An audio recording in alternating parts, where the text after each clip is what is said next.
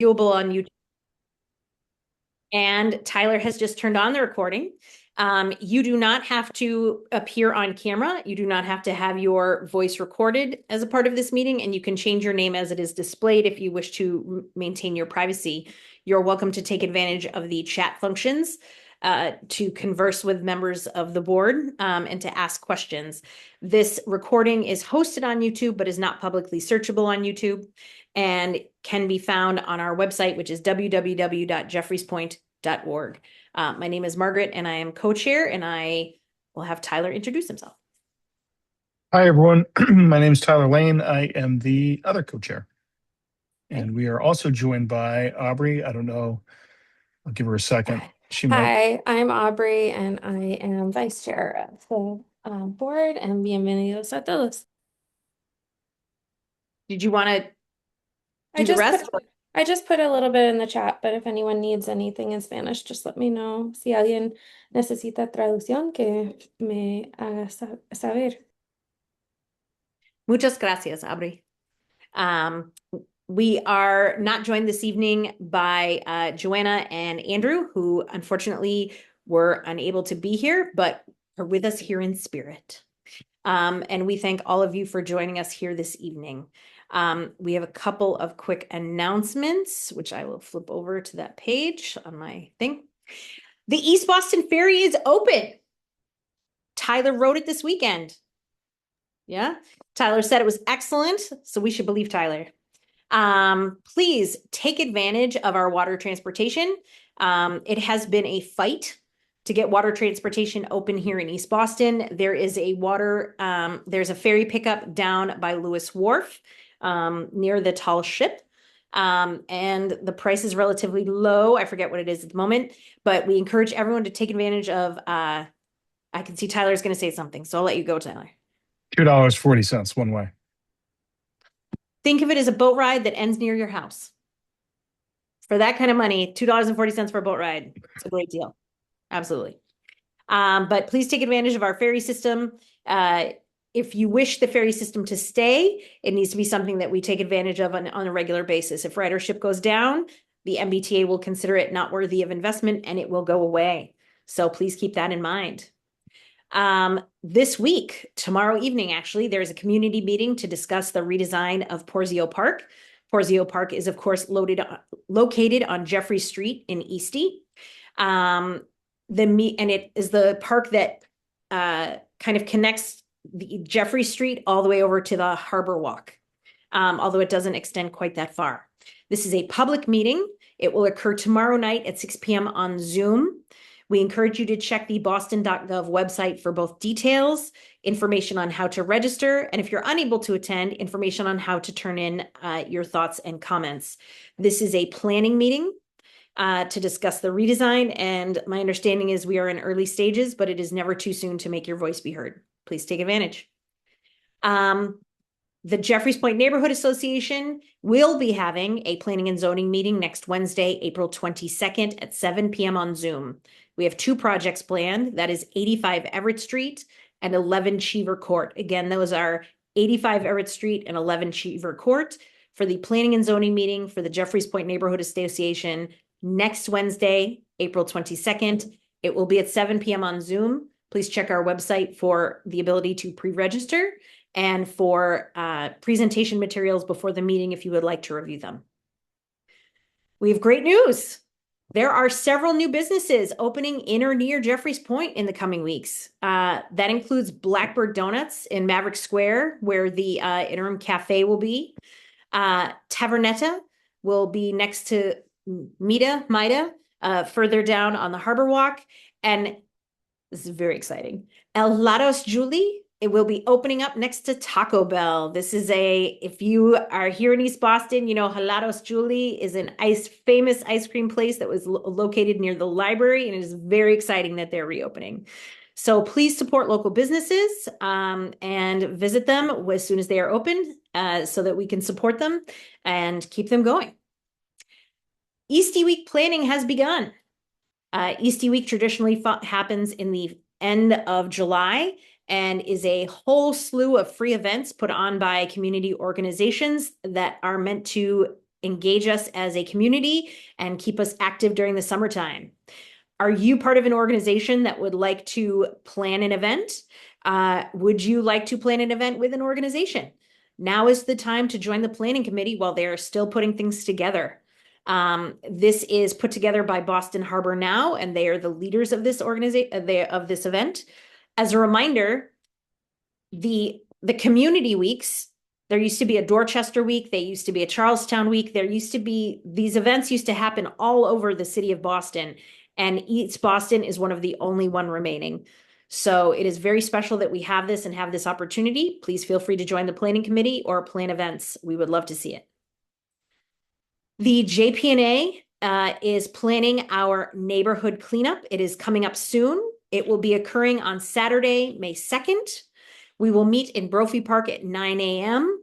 All are welcome to volunteer. The city will provide some supplies, and we will fan out from there to help pick up trash, do some sweeping, and beautify our neighborhood. We encourage individuals and groups of people to attend and participate. And again, all are welcome, and we will meet at Brophy Park at 9 a.m. I know that we're going to hear from Eastie Farm later on tonight as they talk about some of their construction plans for their Sumner Street location, but a quick plug for them, the reminder that the Eastie Farm cutoff for signing up for a community-supported agriculture, I don't know what the word is, community-supported, program, the cutoff for signing up for their community-supported agriculture program for this year is May 1st. So if you are thinking about signing up for a CSA share or would like more information, please check out www.eastiefarm.com. Also, they are looking for walkers for the Walk for Hunger. So if you would like to support them that way, they would welcome your participation as well. Now I do see that Sergeant Santolo is here. And so we will turn it over to him. I do not see any other members of the team, but if they are here, please do feel free to introduce them, Officer Santolo. Or Sergeant Santolo, my apologies. Yeah, everybody. I think Curtis is on tonight. So before Curtis starts, I just want to let everybody know warm weather's coming. The parties are going to get longer. They're going to get louder. And please do not utilize 311 if you need immediate action on those parties. We don't get them. The parties usually occur Thursday, Friday, Saturday, Sunday nights, and those don't come in until the next morning. And if it's a weekend, it doesn't come in until Monday morning. So calling 311 does no good on those. You need to call 911. We'll send the car immediately to speak to the party goers. That's our biggest concern coming up. The misconception with 311 versus 911. If anybody has, and we'll take some questions afterwards. If you have any questions, when you should call 311 or when you should call 911, we'll take those. But Curtis, you can give them the update, and then we'll go to questions. Evening, all. I'm just gonna kind of go through this here fairly quickly. We have on March 6th. This right here was a larceny report that one of the units took a radio call for. It was at the Mirancho restaurant, 45 Meridian Street. An unknown suspect entered the restaurant and stole all of the cash, which is like what was in the tip jar. They tried to pursue the suspect, but was unable to catch him. But then again, the owner of the Shell gas station stated at the same time of the incident that happened at the restaurant, he was also dressing a larceny inside his store. He mentioned this individual. So the long and the short of it is that this individual has been identified, and the police know exactly who he is, and so that's still under investigation. So now next we have April 7th. This was a investigate persons, and this was in Maverick Square. This was at 10 Maverick Square. There was a two-man unit that responded to an investigate person to Maverick Square. Upon arrival, one of the Taco Bell employees stated that three juveniles removed from the establishment due to previous violent encounters towards a fellow officer. I'm sorry, fellow coworker, were back in the with trespassing inside the establishment. Well, these individuals, their information was taken, and they were pretty much told to stay out of there. So before I go on any further, that we've been having issues with these I'm going to call them juveniles because of their age, hanging around and about in certain areas, as far as the Taco Bell, the Store 24 there in Maverick Square. There's a couple of other locations as well that they've been hanging about, and they've also been causing mischief in a lot of these apartment buildings as well. So that in itself is just an ongoing battle with us, with the police department. Let me move forward to, let me see, April 7th. This was an arrest at 80 Sumner Street. This was by the DCU. The DCU, during one of their investigations, they recovered some drugs off of this individual, and the individual was summoned to court for various charges. I'm going to say possession of Class B, possession of Class B cocaine, possession of Class B 2C. Those who aren't familiar with 2C, it's a drug that derived in, I believe it was Colombia, and it's like a pink powder, and it's made its way throughout several countries and also here to East Boston. It's very potent as well. So moving forward, we got April 8th. This was the officer that was assigned to the front desk to had a walk-in report. This was for vandalism.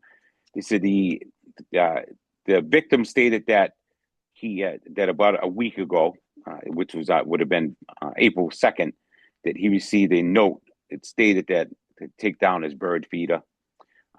He goes, he heard, so on April 7th at about 1:30 p.m., he heard a loud bang outside of his window. So when he went outside to check, he found the bird feeder damaged. He stated that the bird feeder, that in the bird feeder, he found a pellet that seemed to belong to a BB gun. That's still under investigation. What was damaged was his bird feeder. And then on April 9th, this was a call for a student with a firearm at 86 White Street. So the long and the short of this one is there was a backpack that the student had. Well, it belonged to the student. After searching the backpack, they recovered a firearm, but the owner, which is this student, decided that he was going to take off. So he took off and left the school and left East Boston altogether, but was located in Revere and subsequently arrested for unlawful possession of a firearm. That's all I have.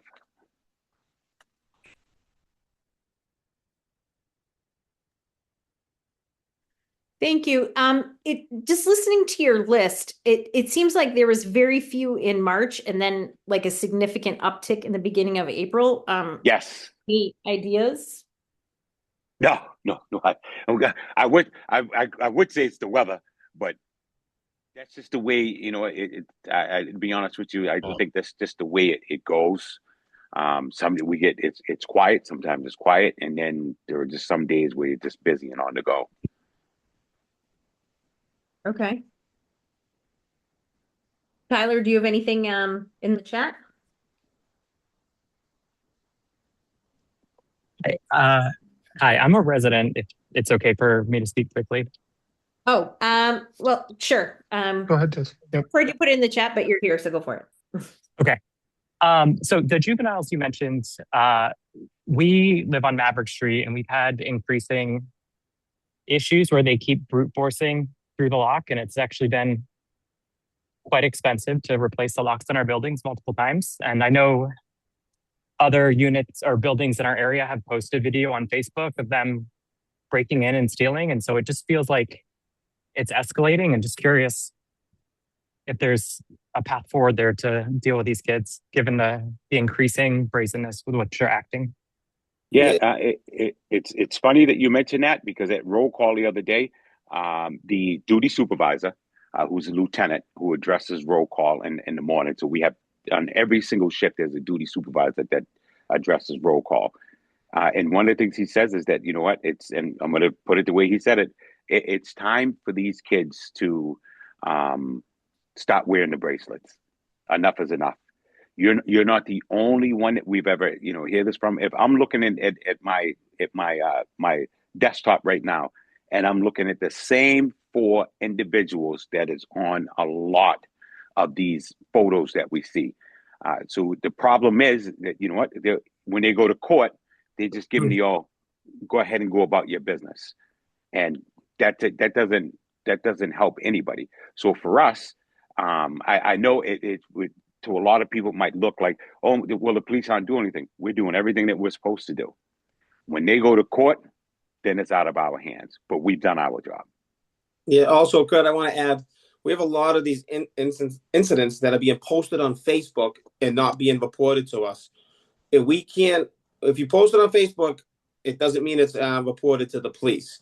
So one example was these kids went to an alleyway, destroyed someone's motorcycle, threw it on Facebook, and can you help identify these kids? But we're yet to see a police report. They basically said they're juveniles. No one's going to do anything about it anyway, so I'm not going to report it. But we need everything reported so we can bring everything in front of the judge and say what these kids have been doing to the neighborhood. Was the locks reported? Yeah, we called a couple times, and honestly, by like the 3rd time they broke the lock, the dispatcher didn't seem super interested in sending somebody out. No, that's not the case. You call 911, but it depends on the time. I mean, there could be a spike in 911 calls, and we will be there late. But if you call the police and you say this is what's happening, there's no, we're not interested. We're going. So if you can tell me who and when and what time they called, I will look into it. Okay, I'd have to look back at the specifics, but when we called last time, he essentially just said we needed to work with the management company on getting better locks on the doors, which we are doing, and it's why we spent a lot of money. Was that the dispatch? Yeah, that's what the dispatcher said. The dispatcher's a civilian. They shouldn't be saying that. They should be sending people out. So next time, if you're not satisfied, please get their name, and my office is always open. Call me, and I'll take care of that. Okay, great. Thank you. Officer Santolo, I know we always ask, but do you mind at the conclusion of this just putting your contact information just in the chat for us? Mm-hmm. Just for that, thank you. Yeah. And I do want to get to, we've got a couple of other. Aubrey brings up she's been hearing about bikes stolen too, including in private access garages. It sounds kind of like the motorcycle issue. We do have a question about, another question about juveniles. Are there any legal reasons that the courts are not doing anything? I don't want to speak for the police. I have my own somewhat educated opinions on that particular subject, but I'll let you guys weigh in on that. Yeah, no, anything under 12, there is nothing that can be done. That's just the way the law is written. But there's some that we're just having right now an issue of people coming forward and identifying them. We have a lot of complaints, but we have a lot of people not willing to identify them right now. And if we don't have anybody identifying them, that these are the kids that actually did indeed do the crime, our hands are really tied. So we're trying to gather a lot of video. I promise you, we're working on it. We need a little bit more help. We're starting to get it. I think a lot of people at the beginning, like, they're kids will do kids, but now they're seeing that it's just escalating and it's costing a lot of money. The damage they're doing, the property that they're stealing, they're starting to become more brazen. They're throwing staple guns at the guy at Taco Bell. So we just got to work together, and anything that's reportable, please report it. Please identify them, and we will take the older kids who are not under 12 in front of the judge, and hopefully get them some help. And, we're not looking to put these kids away. We're looking to get them some help. Curtis and I have worked with these kids in the basketball program. It's just that they're kids and they're getting away with a lot of stuff, and they're just doing a lot more. So we're trying to get them back before it's, they're in jail kind of deal. And Renee just points out, I'm assuming she's referring to some of these same kids that we keep seeing and talking about. These two kids were seen this morning on Bremen Street in the alley near 18 Bremen.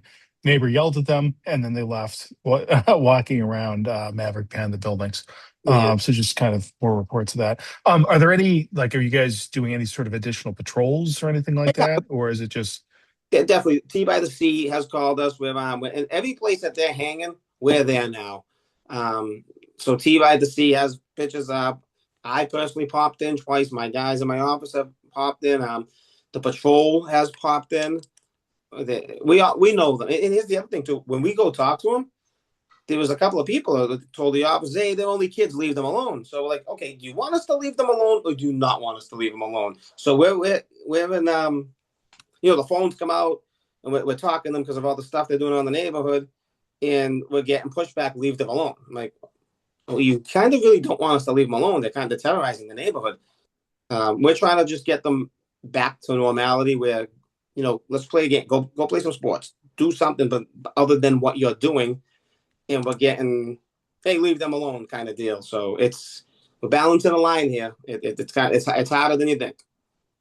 Yeah, no, that I think you probably definitely appreciate the difficulty in trying to straddle the line between different constituencies and things like that, between the folks who think you're doing too much and the folks who think you're doing too little. So yeah, definitely appreciate that's We'll get the job done. a tough line to toe. We're just trying not to. I really don't want to see these kids going away either. We're trying the kids we know, the kids we coach, the kids that come to our programs. It's difficult. Sure. We'll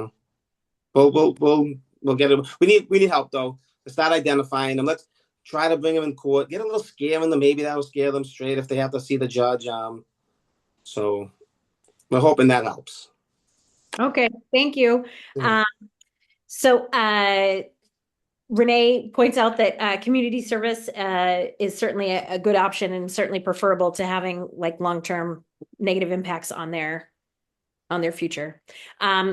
Please do put your contact information in the chat so that people can reach out to you. And just to reiterate, if you have an issue, do not be afraid to call 911. Yes. It's here to assist you. Mhm. Always. Even if we just show up and we find out nothing's there, that's okay. We have a lot of we finally got a lot of officers that we're looking for things to do. Just call, please call. Okay, thank you very much. We appreciate it. Bye, everyone. Goodbye. Next, I'm just watching the time because we promised someone that they would go at 7:30. So normally we would talk to the mayor's liaison, Carlos Garcia. However, we did promise Anthony Guerrero, who is with Massport. I said to him, you will get on at 7:30 as close to it as possible. And I do see that he is here. So I'm going to change the order of things just slightly.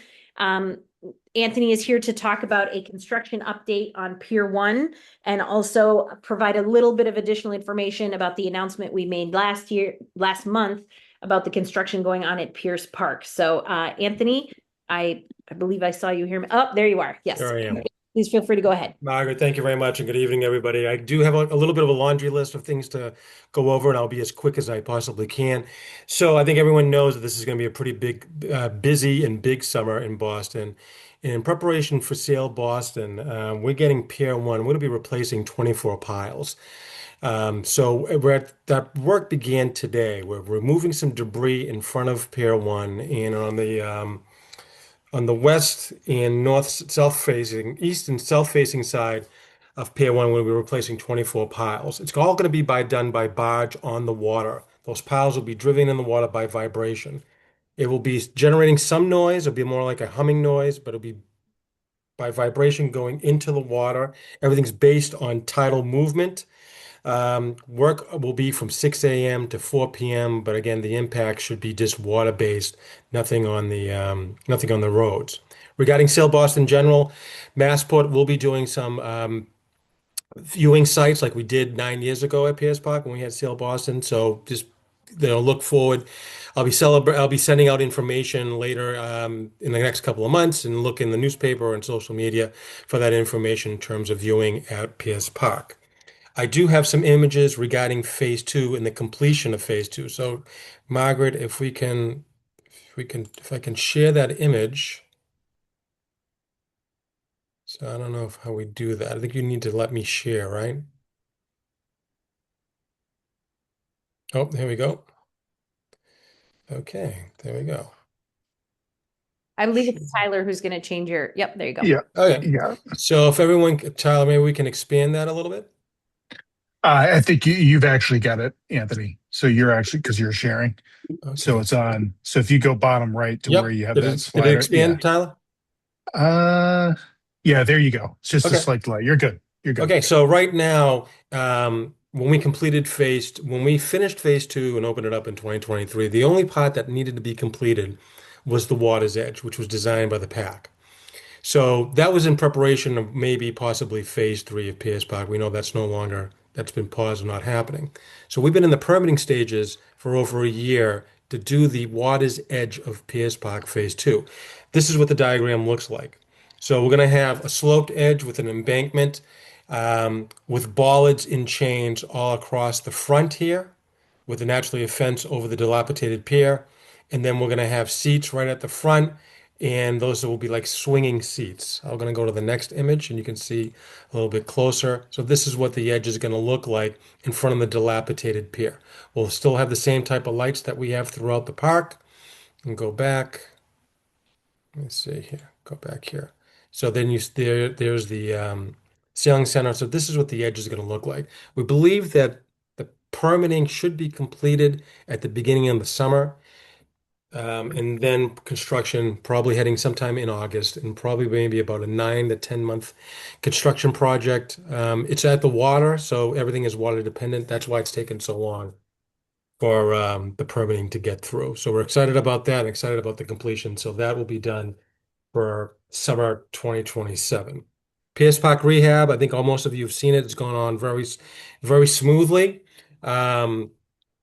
The playground and the spray fountain services have been replaced. New playground equipment has been installed, and we're continuing on that project. That project should be completed by Memorial Day, just in time for the hot weather and the kids to be out of school, and the spray fountain will go on. We're doing similarly at Bremen Street Park. So the spray fountain is now closed off. We're going to be resurfacing that area, and then later in the summer we will look at the larger playgrounds and the smaller one near the Y, and that will probably be over the next year and a half. So two rehab projects. Finally, I want to talk about the cell phone lot. So right now, the cell phone lot's kind of it's been a nomadic life, and it's been bounced around from one place to another. Currently, it sits in front of Terminal E. Right, we are building the new garage there. So it's the lot, if you can see, there's a yellow box way to the right, but I think it's being blocked by the image. Is there. We're going to be moving it over behind, adjacent to the Noria gas station. Right now, that lot is right here. It's been used as overflow parking. It's been used for limo parking in bus lots. That limo lot, which is at the Terminal E right now, is approximately about 100 spots. The new lot will be approximately about 80 spots. Um, we're thinking that probably that will start in June, and that will be it'll be a lot easier for people to come and go through the airport roadway. And so I'm working with the team to try to maybe get like a blinking yellow light right at Tomahawk, so cars know that who's coming in and who's coming out. But that's what we're looking at this current time. So the program really hasn't changed because we've been parking cars there, but now it's going to be the cell phone lot. So when people are picking up loved ones and so forth and so on, will be at that location. And then finally, everything seems to be a go with the community room that we had talked about, I believe, at the end of last year. That is in Building 6 of Pier 1. I know that they did run into a snag with one of the pipes in one of the rooms, but all things seem to be scheduled for the opening in June. That area will be a public meeting space, so the Jeffreys Point Neighborhood Association and any other neighborhood associated group within East Boston or an East Boston nonprofit will be able to use that. So long time coming, very excited about that. I've been on that project for 22 years, so glad that's finally coming to fruition, but excited about that. So as you can tell, a lot going on. Back to Sail Boston, we will have a viewing station at phase two. but more to come in the next couple of months. I think I did that under 7 minutes. Anthony, can we hold you to the playgrounds, at least in Pierce Park, being done by Memorial Day? That's absolutely, Tyler. Okay. We've driven that home. I've added a little bit more white to my hair Yep. on that, saying when the project came up that we need to get that done by Memorial Day. That's Awesome. definitely going to happen. They've made very good progress, and I don't know if you've seen it, but some of the Yeah. equipment's up. It looks great, and we like Yeah, the it does. We Yeah. like the colors. So I like it too. And as a parent of a 2.5-year-old, I am anxiously awaiting for it to reopen. very, very excited. The- And like I said, we're doing similarly at Bremen Street Park. At Bremen, yeah, no, absolutely. And actually, Brian in the chat kind of segues into my next question. So Yep. for the cell phone lot relocation, is that going to be permanent? And then also, I have to say that is going to massively increase traffic in that area, which already at peak rush hour times, traffic can back up on that road quite a bit, and then Yes. to add just a constant flow of, I mean, the cell phone lot, definitionally speaking, you're Yeah. constantly having cars come Right. and go through there. Do they Tyler, have to leave? Oh, yeah, I'm sorry. Go ahead. I'm sorry, I don't mean to interrupt you. So, I mean, is it a permanent location? I would say so at this point. I mean, the airport's always changing. So at this point, I mean, we've talked about a while ago when we were doing Terminal E that the Southwood launch would have to move. And this is one of the locations within the Southwest Service Area that we had long ago discussed. So I think that it'd be wrong of me not to say that's not going to be the permanent location. As far as I understand at this point, Yeah. I'm concerned about the traffic issue. That's why I asked for a little bit more monitoring and then also blinking yellow light because my office is there. I walk that area. I see the speed of the vehicles coming in and out of there. So it's something that we want to keep a close eye on. Yeah, I mean, and Brian's also mentioning, which is absolutely the case. I mean, you've got 70 to 80 idling cars now, when traditionally now I walk by there every day too. Yeah, Sometimes it's in use, sometimes it's not, but right. when it is in use, it's by cars that are just parked and off 99% of the time rather than Right. sort of idling. And that seems like we're moving the pollution closer, especially to the folks who live right around there, rather Right. I mean, than kind of. understood. Yeah. Understood. Thank you, Tyler. Yeah, we'll follow up on that. Yeah. And But thank you. Oh, go ahead, Margaret. I'm sorry. I'm sorry, Margaret. it looks like there's a question in the chat. Someone's asking to clarify exactly where Pier 1 is. Can we look at the map really quick? Yeah. So I don't think so. Pier 1. Can everyone see my cursor here? I'm circling the playground area. Yep. We Okay, can see so it. Pier 1 Okay. would be to the far left. So that's where the tall ship is. That's why I'm sorry, my apologies. I should have described it as that. So where the tall ship is on the west side. Work's going to be on the east side and the south facing side. And those piles need to be replaced. So by removing the debris that's in front of it and also doing this replacement of those piles, it secures the area. Also, by working with all the multiple partners involved with Sail Boston, if there is a desperate need to dock a boat or something at that pier, it will be available. So that's part of the thinking about making sure that this site is more secure, the area around it is more clean of debris, that if there is a desperate need, then that could be a possible location. Don't hold me to it, but I mean, that's kind of the background as to why this popped up so soon.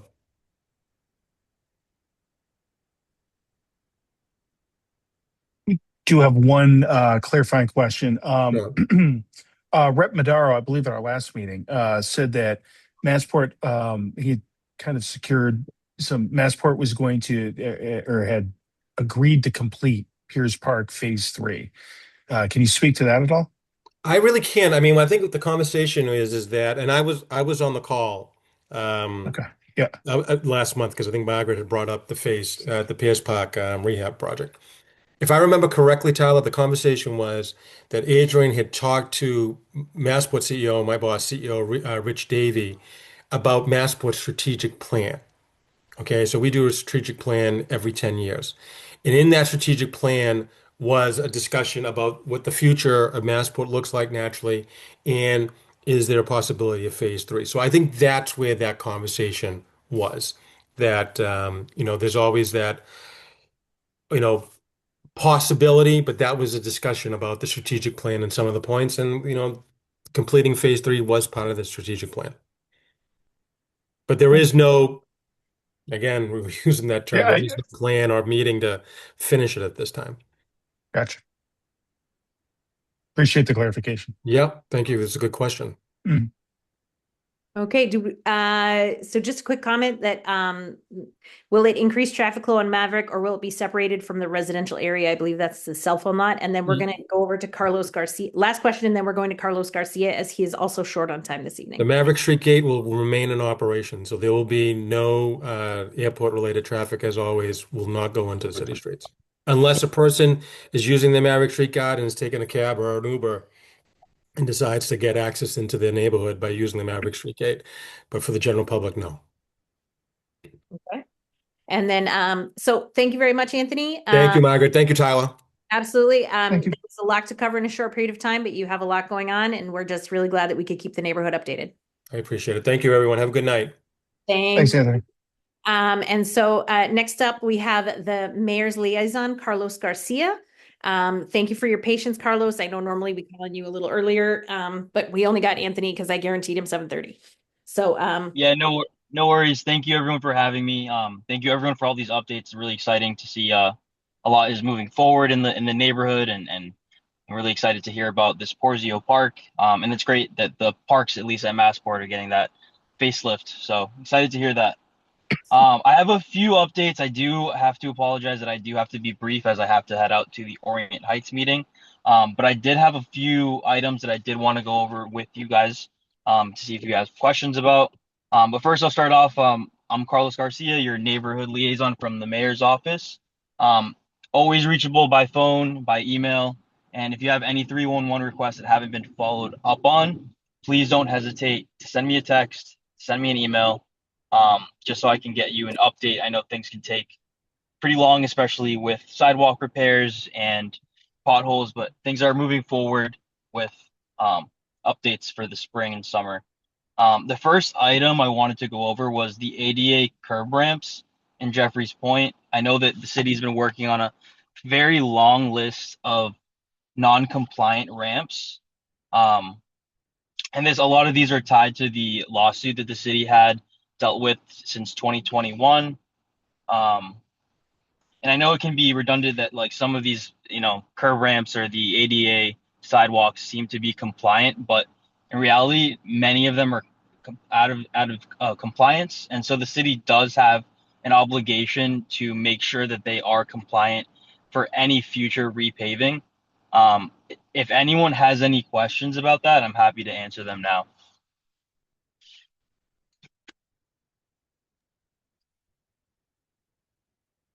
I We'll keep don't an eye see on the Carlos. chat. Oh, yeah, I don't see anything in the chat. Maybe just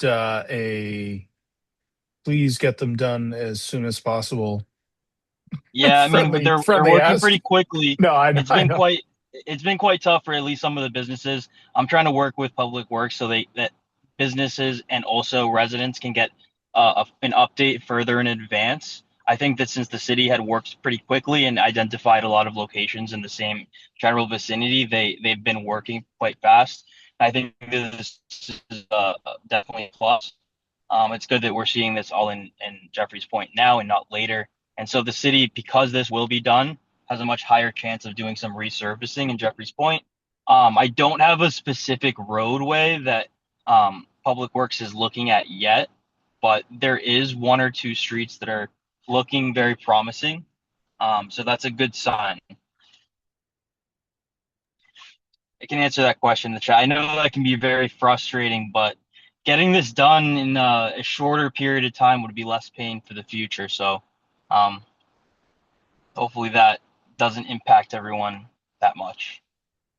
Is there any Yeah, I think suggestion for like how we can address this? just off the top of my head, I would have asked, perhaps in some of these, with the construction that's going on of the greenway, so the loss of the greenway, and that is sort of a walking corridor, and then with all of the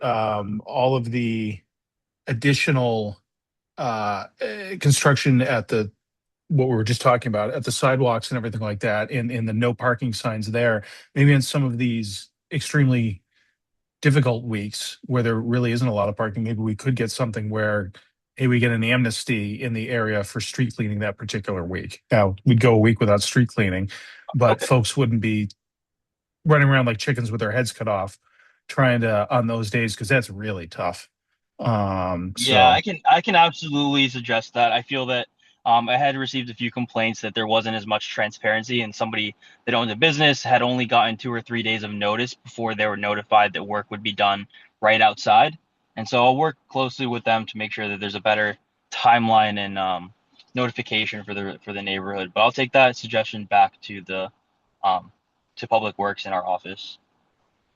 yeah, I just the transparency, just that would be key. I mean, this week I actually had to drive down I live on a one-way street. I live on Haynes Street, and I literally went out to run an errand, and when I came back, I couldn't get down the street, and I got to take my son out of the car and everything like that. And even if I'm on a one-way street, it's easy. I could park for 2 seconds, put him out, then go find a spot. But all of a sudden, my entire street was blocked off by National Grid and these guys, and there's no warning. There's no, and I'm pretty on top of that stuff, and I don't think my situation is particularly unique either. So I just as much with the understanding that a lot of this stuff has to happen quickly.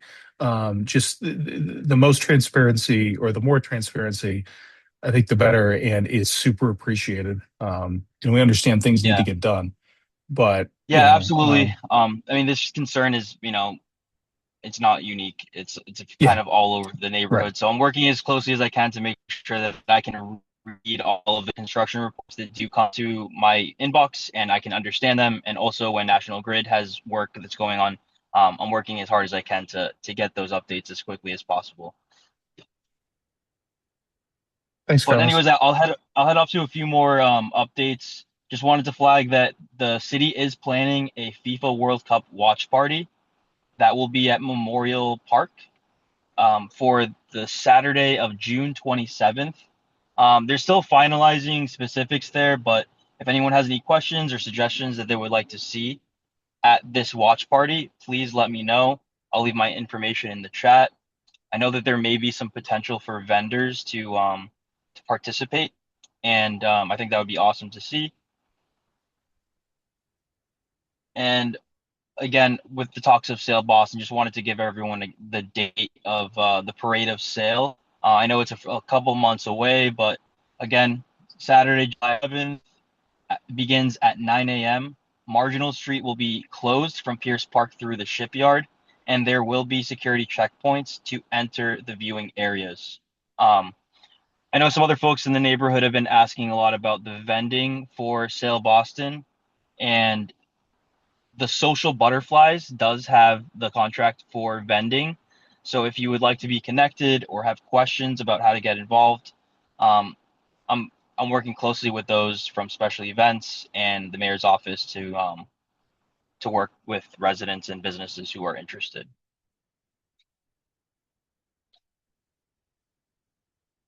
And that's pretty much all. The only other thing that I wanted to keep an eye on was the rodent action plan. I've been receiving multiple requests in Jeffries Point now with the weather just getting a little bit nicer out. It seems like there's still a lot of activity, and I just want to ensure that neighbors are working together and reporting these instances. And if you have 2 or 3 neighbors that are looking for a walkthrough from our team, to please reach out. Not only complete a 311 request, but send me an email so we can get a walkthrough scheduled. I have 2 or 3 that I'm looking to do in May for Jeffries Point. So please don't hesitate. And just, can we go back to the, could you just identify what the Social Butterflies who have the permits for vending for the Parade of Sale, like how do people get in touch with them? Yeah, I can share the link in the chat. It's from the Social Butterflies. I believe at this moment there's only 4 slots for food trucks. But there may be some push for additional spaces that's been requested. So I can drop the email or drop the link in the chat for those interested, or just email me and I will share that information. I can get you in touch with the folks involved. Okay, thank you. And I just want to point out, I remember, like, I always hate this lately when I say, I remember when this happened the last time. It makes me feel old, but I remember when this happened the last time, and there were not enough vendors in the like Pierce Park area. That was one of the biggest pieces of feedback we got. People felt that the security checkpoints moved very quickly, and there was a lot of notification about move your car out if you think you're going to drive anywhere that day. But people would show up, and there were, there's not a ton of food options down there, or at least they weren't the last time it came through. So please consider, especially favoring local vendors and local people.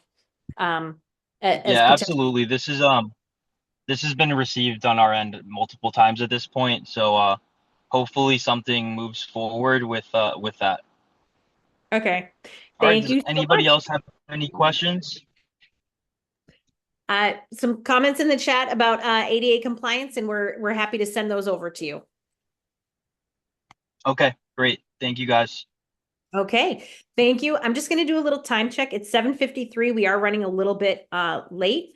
So I am going to turn it over to Eastie Farm next to talk a little bit about their construction plan for 294 Sumner Street. But I'm going to ask them to try to keep it 2 or under 10 minutes if at all possible, as we do have 2 other things on the agenda after them. But again, it's Eastie Farm. I thought I saw them. Is Eastie Farm here? Well, Margaret, while we wait for Eastie Farm, I do just want to let folks know, because we did see a couple of comments in the chat. I will follow up with Massport. We'll follow up with Massport about that cell phone lot.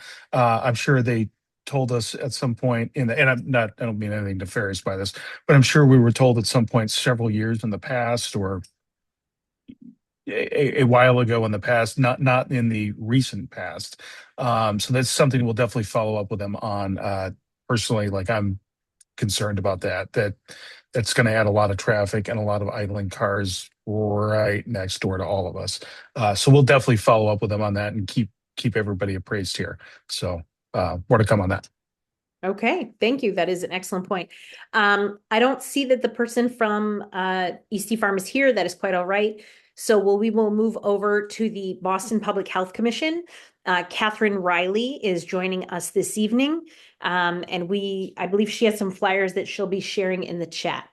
Catherine from the Boston Public Health Commission, please feel free to take it away. Thanks so much. Yes. Hello, everyone. Thank you for having me. I'm excited to be here, and I'm just here to share some of the free services that the Department of Environmental and Occupational Health, part of the Boston Public Health Commission, provides.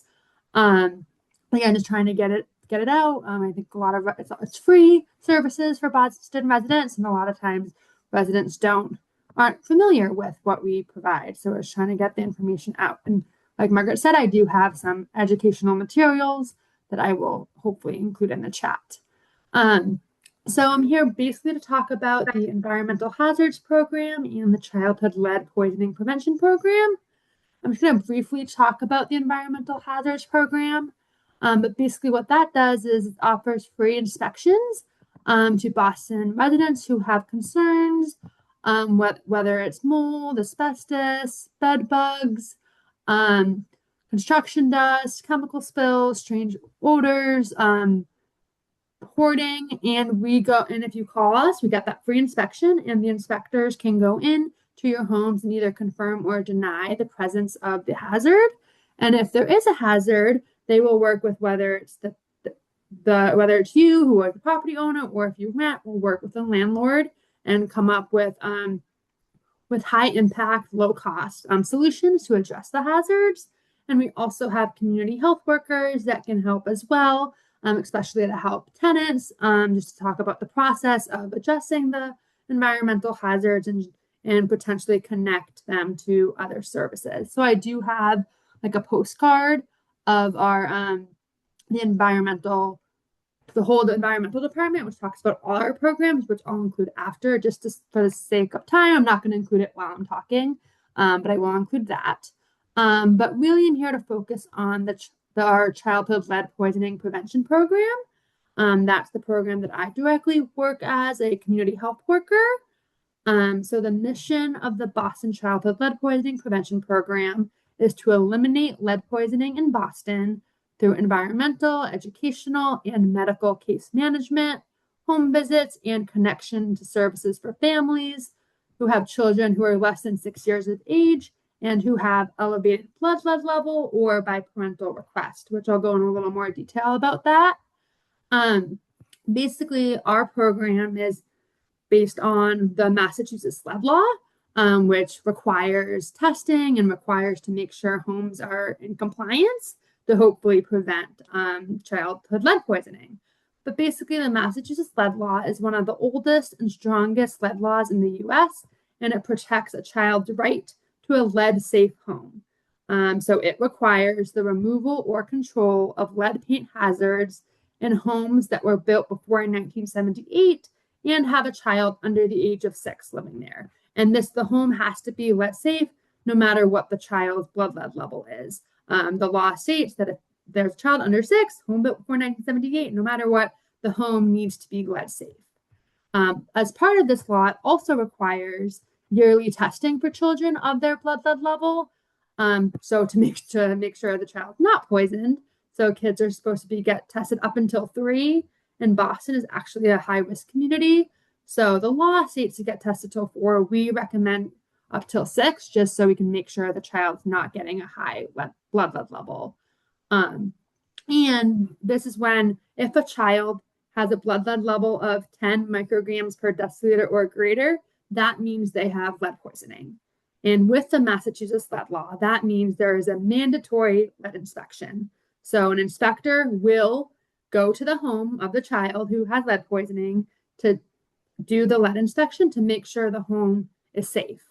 And if the home has any lead hazards, then the inspector will put an order to correct to the landlord, whether that's the parent or a landlord if the family are renters, and they must fix the hazards, must make the home safe for the child. And because the child is poisoned, it's a pretty strict deadline. And if they don't meet it, then the owner can be brought up to court, and it's pretty strict, making sure the home is safe for that child.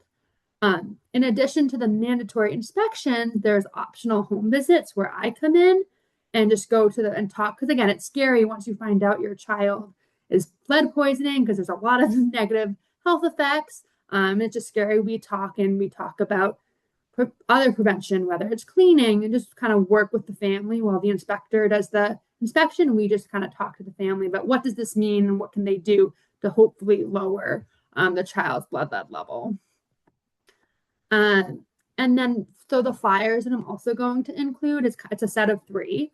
And I have them in English and Spanish and other languages if needed. But one is specifically for parents, one is for renters, and then one is for property owners.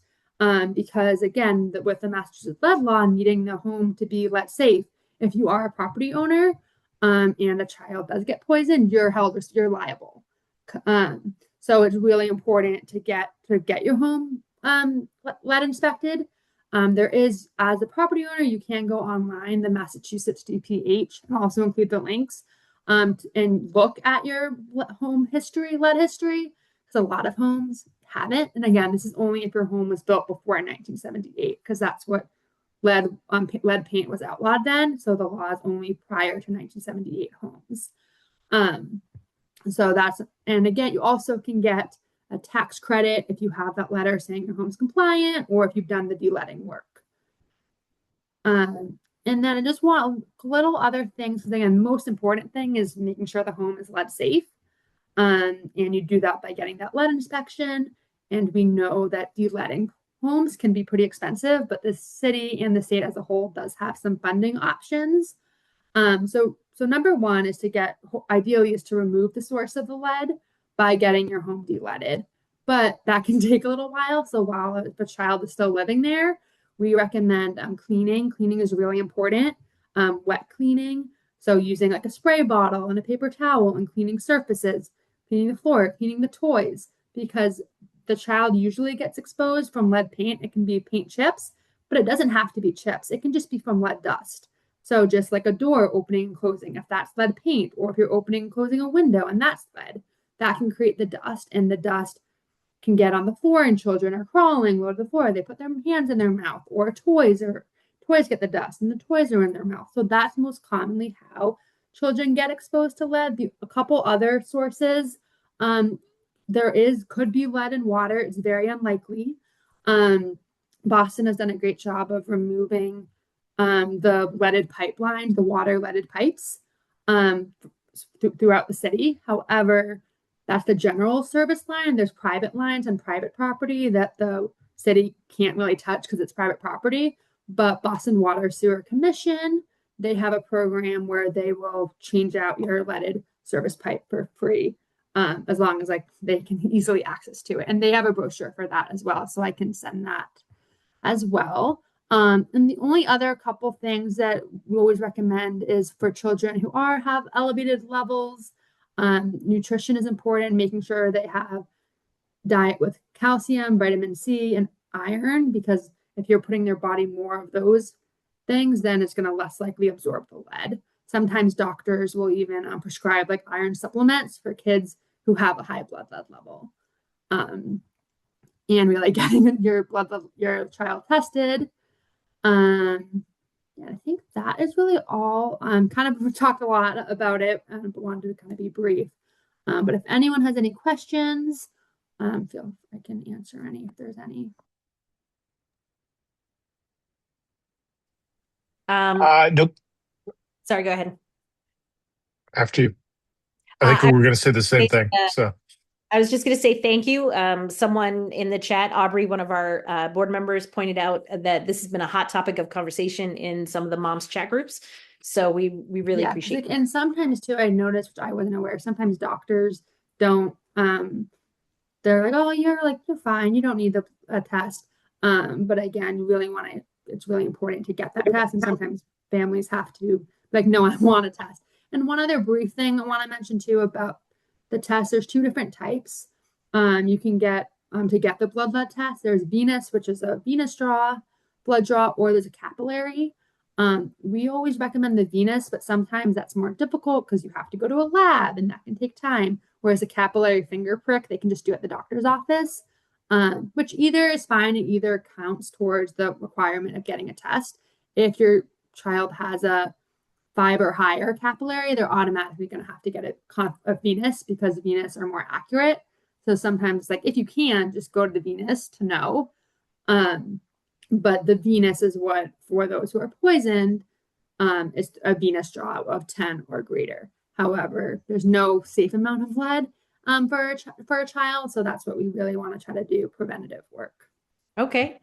Tyler, you were about to say? No, I was basically commenting on Aubrey's comment and just saying there is a lot of old housing stock in our neighborhood. So it's this is all good information to have. Yeah, no, and that's what, again, and some people too are even needing, depending if I saw somebody needed like a voucher to move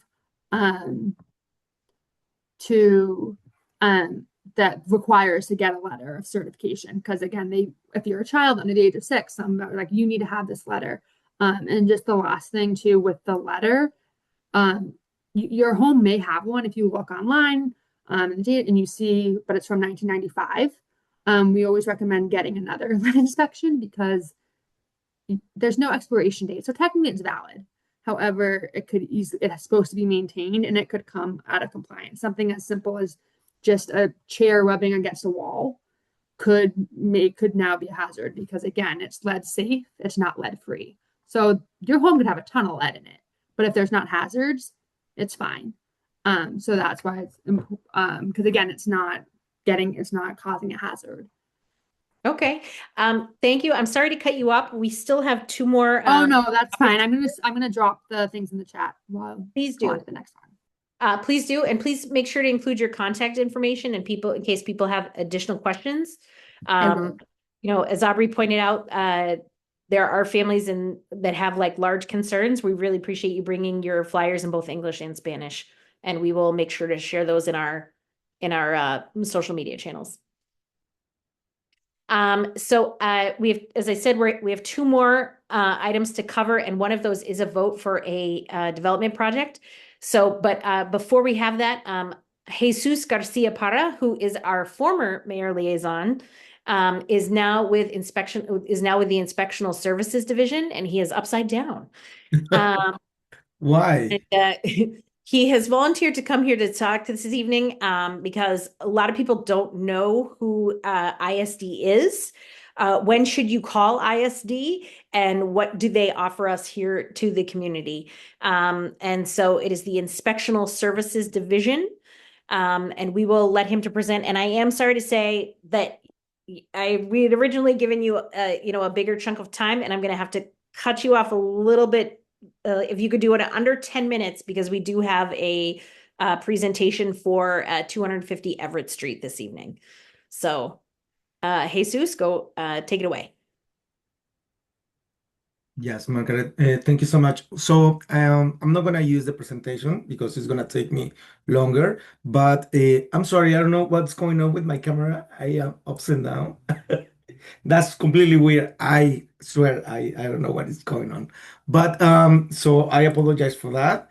But basically I would like to share briefly about what we do in ISD. In the mission of the Inspectional Services Department is to protect the health and the safety of the Boston residents and business. We accomplish this by collaborating with the different divisions inside of ISD. We force divisions like building, housing, health, environmental codes. Yeah, we would like to highlight that this is a collaboration work between all the different divisions. My role is being one of the liaisons. I cover 6 different neighborhoods, including East Boston. I'm part of the Constituent Services Division. Basically, the Constituent Services Division is to act as a bridge between the community, business owners, and again, the different divisions inside of the Inspectional Services Department. Then we have the building division. This division oversees the building permits and the construction safety and probably issues related to construction. And then we have the planning, zoning, and the Board of Appeals. This team reviews the appeals when a project doesn't meet the zoning regulations, and they need to go before the zoning Board of Appeals. Then we have the housing division. The housing division helps to ensure the safe and healthy living conditions by enforcing the state sanitary codes. Then we have the weights and measures division. Basically, they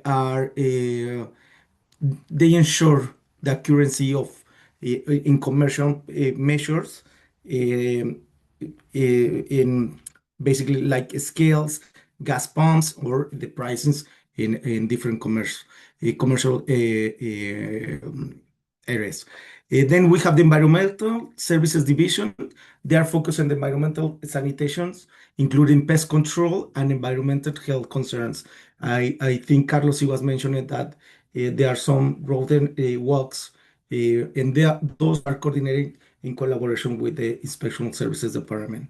And finally, we have the Health Division. The Health Division oversees the food establishments and public health related inspections. And again, I would like to make sure that I'm going to put my information in the chat. I will share with you some of the guides, informational guides that we have in not only in English but also in different languages. So you can help us to share with your members of the Jeffreys Pond Neighborhood Association. And I think you mentioned me that what is the best way to be in touch with ISD, right? So for sure, people can reach out to me, but we always like to encourage to people to open a 311. In that way, it's easier for us to better understand what the issue is with pictures and location. And for me, it's easier to follow up with the 311 case, right? So if the problem is not being resolved, please reach out to me and I will make sure that I will connect you with the right division. But also we would like to continue encouraging people using Boston 311. But again, I'm here to help. And if you need to other assistance, I will be happy to follow up with any of the requests that you have with ISD. So with that, I hope that I cover almost everything. And I'm gonna put my information in the chat. And Margaret, I'm here to help you anytime. And with anything or anything issue related with the ISD matters. Okay. So Thank you so much. That was a lot in a very, very short period of time. I was planning to use the presentation, but next time with more time. No, I wanted to point out that one of the most common reasons to call ISD is if you see a construction site that is unsecured, especially during like a weekend or an evening, and you believe that it is a hazard, then you should call 311 and ask them to report it to ISD to get an inspection person out there. Correct. Not to be an alarmist, but a number of years ago, there was a building that was just outside Maverick Square on the other side, close to Paris Street, that actually collapsed. And it collapsed because it was under construction and it was not appropriately secured. So Lisa Massaroni is asking, is there a best category for 301 reports besides other to route them to ISD? What reports should they use under ISD to get to you, or under 311 to get to you? Probably, unfortunately, yes, it has to be probably, if it's not in the application, or it's probably other. But it doesn't matter. It will go, in the case, it will go directly to the department or the division that it has to be highlighted.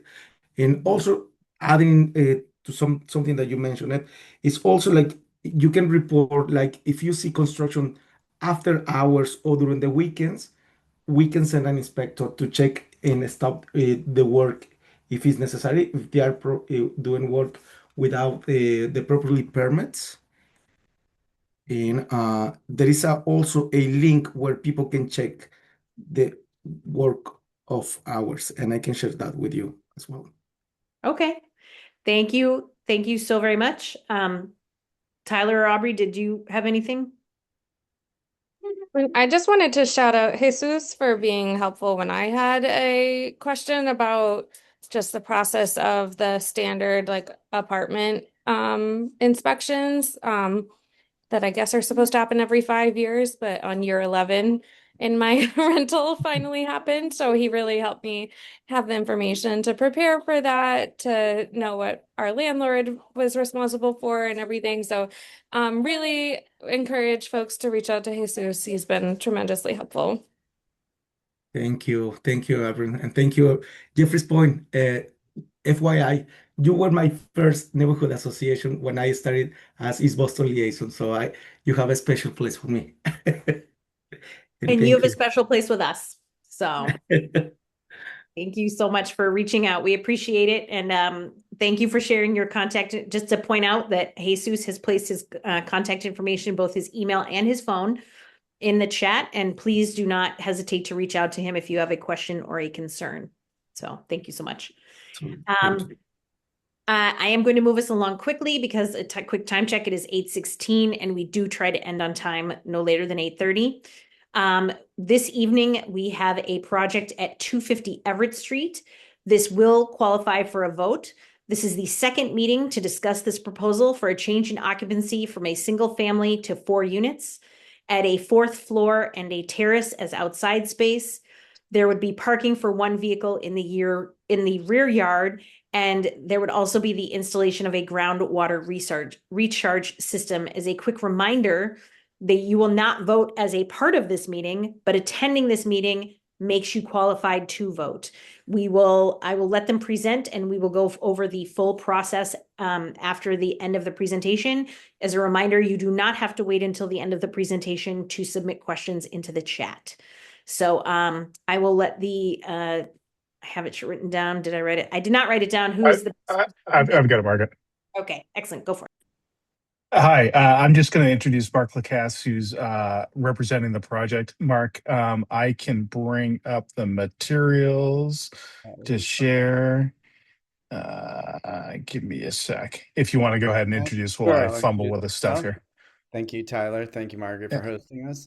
My name is Mark Lacasse. I am legal counsel to the owner of this property, Ilian Pedinkov, who is also on this evening. We had our butters meeting in September of 2025. We had our planning and zoning meeting in March of this year. And so this is the third public presentation, if you will, of this project. I typically start out with the other floor plans, but since I've got them right here. The floor plans. The preview of what it's going to look like. But anyway, so we filed an application with ISD and received a zoning code letter requiring us to seek certain zoning relief from the Board of Appeal. The lot size is 795 square feet, and where it's shown as porch, that's an existing porch that's coming out, as shown on the next image, which is the proposed site plan, showing that in the rear yard, there's now a proposed parking area for one parking space under the parking table, 1 to 3 units, 0 parking requirements, 4 or more, 1 per unit. So we're required to have 1 parking space for this 4-unit proposal. So parking is actually not an issue that we're seeking zoning relief on. Why don't we just go ahead to the floor plans and I'll explain what is being proposed. So currently the existing basement is just blank vacant space. The proposed basement plan is the lower level of a duplex unit on the basement and first floor. The basement will have a kitchen and a half bath, and then the bedrooms will be on the first floor with 2 bathrooms. Going to the next level, the second and third level of the building, which are existing. The proposed second and proposed third floor plan are identical. 2-bedroom, 2-bath units of approximately 700 square feet each. And lower left-hand corner is the proposed 4th floor addition, which is about a 500 square foot unit that is set back from the front edge of the roof along Everett Street. And there's a small walkout terrace on the front of that unit for some usable outdoor space for that unit. Next slide, we have elevations. Excuse me. Existing and rear elevations are shown at the top. The lower images are the proposed front and rear elevations. Keep in mind that the image on the left is 2-dimensional, so it looks like it's flush with the front of the building, but that is set back from the roof edge to provide some usable outdoor space there. And next we have the side elevations, which gives you a perspective on how this very modest in scale addition is being added to the property. So the box on the top is the additional 4th floor, which adds about 425 square feet. You'll see on the front and the back there's a 2-foot bump out on levels 2, 3 to create a little more floor space due to the relatively small floor plate of the existing building. On the lower left image, there is a trash receptacle system that snaps into place. The barrels are kept there for each of the units and tucked out of the way and not in the front of the building. Tyler, next, if we could go to the images. So Ilian has noticed that there are some interesting properties in East Boston that have done murals on the sides of blank sides of buildings. And he has actually worked with a local artist to commission this interesting undersea mural, which depicts an octopus on the side of the building. And you can see on the second and third floors that 2-foot bump out across the front, and on the top floor, the outdoor terrace with the fourth floor addition set back from the roof edge. This is the perspective from the front of the building with the 2 floors bumped out 2 feet, and the top floor you can see from across the street is set back sufficiently so that there's not any visibility of the addition on the top. And next we have a perspective from the rear of the property. You can see the 1 parking space there where there's currently a porch and a bump out of 2 feet on the second, third, and fourth levels at the rear. If you could flip to the zoning code letter, there we are. Yep.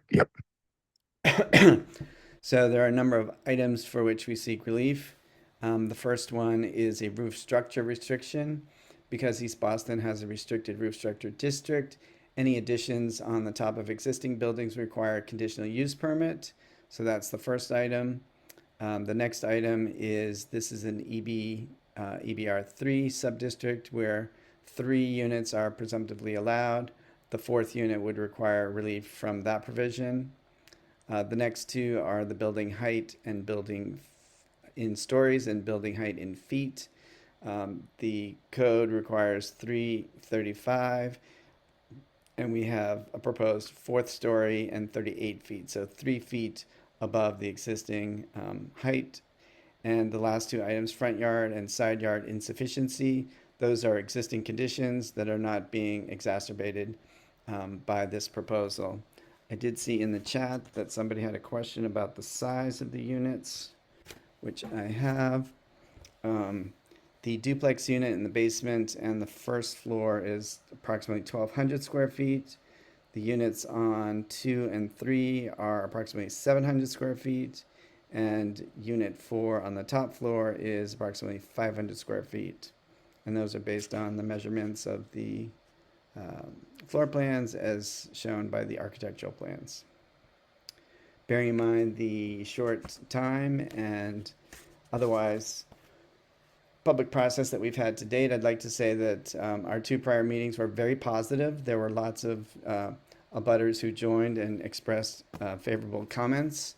We've had a very open process. Elian has made himself very available to neighbors and abutters, has gone door to door to speak to people, as well as the Planning and Zoning Committee meeting was very positive as well.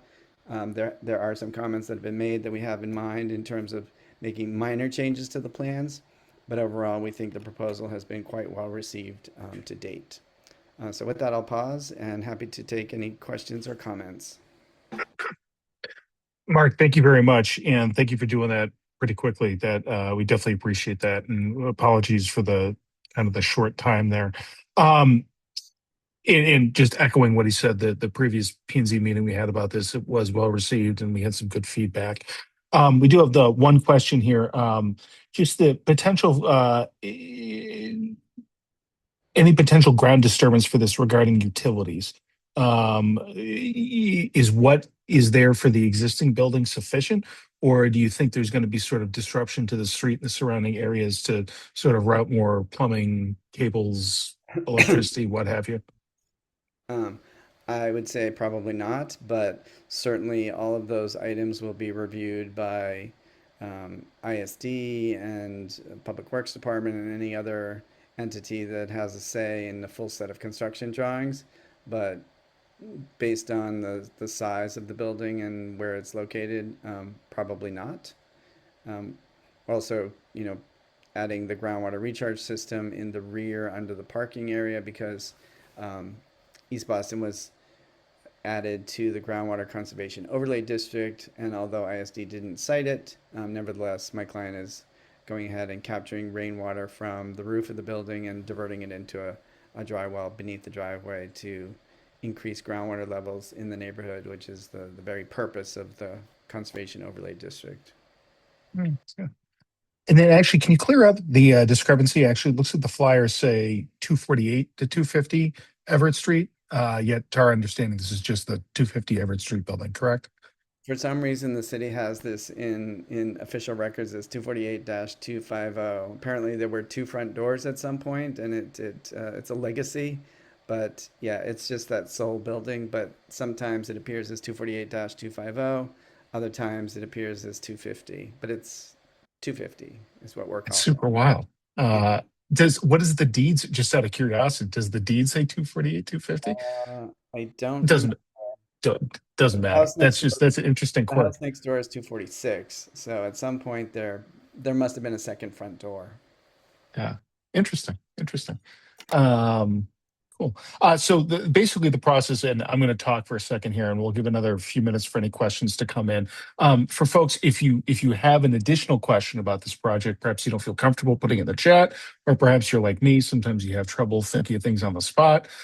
Feel free to submit your questions to us at board@jeffreyspoint.org. And we're happy to forward on any kind of questions or concerns or things like that. What's going to happen at this point is in the next couple of days, because it takes me a few days to remember how to do the Excel formulas, we're going to send out an email to those on this meeting or in prior meetings who are eligible to vote on this project. That's abutters and folks who have attended a prior meeting, either this one or a prior JPNA meeting within the last 2-3 months. And so we're going to send out those emails within the next couple of business days, certainly before the end of this week. You'll have 48 hours to kind of cast a vote, either yes or no, supporting this project. We'll tabulate the votes, and once tabulated, we'll give that information basically over to Mark here, and then also we forward that letter over to the city, to ISD, either stating our approval for the project and some of the reasons why, or our disapproval of the project and some of the reasons why. So that's pretty much it. So I do see Caitlin says the mural seems out of place for a residential neighborhood. It doesn't seem to fit with the rest of the design elements on the street, which good feedback. But we're going to take, feedback just like that. Take that in mind when you cast your vote. And again, if you have any kind of concerns or any other thoughts, feel free to email us at board@jeffreyspoint.org. And with that, that's about it. I don't see any more comments. And that's right at 8:29. Wow. We did that bang on. So thank you, Mark. Again, we appreciate your patience. Thank you, Ken, for doing that quickly. Folks, I do know that was kind of a quick run through of the project. We do also have, where we did talk about this at a bit more length, our P&Z meeting last month. That recording is available via our website, and the project materials that we did just go through, those plans, the ISD refusal letter, those are also available on our website under our project folder page. So you can review those at your leisure and again, comment back to us. But everybody keep an eye out at your email addresses that you use to register for these meetings. Keep an eye out that within the next couple of business days for the voting email, and you'll get to vote on this project. And both myself and my client remain available. My name is and email address is on the flyer, and Elian is always around in the neighborhood, so readily available to chat with anyone and answer any questions as he's been doing all along so far with this process. Thank you, Mark and Elian. And Margaret, I think with that, I'll turn it over to you to kind of wrap us up, I guess. Okay. So thank you to everyone who has attended the April meeting of the Jeffreys Point Neighborhood Association. A quick reminder or a repeat of the announcement we had at the beginning of the meeting that the planning and zoning meeting this month will be on Wednesday, April 22nd at 7 p.m. on Zoom. And our meeting next month will be on Monday, May 11th, also here on Zoom. You will find the agenda posted on the website, www.jeffreyspoint.org, in advance of the meeting, approximately a week out. If there is something that you would like us to cover, is there something that you have a concern or a question on that you would like us to assist with, please contact us at board@jeffreyspoint.org. It used to be that these meetings were incredibly development focused. That was like all we talked about for a while. And now we are trying to be responsive and interactive with the information that the community is looking for. So if you have suggestions or ideas, please let us know. Thank you. And everybody have a great night. Enjoy the warmer Good weather. night, all.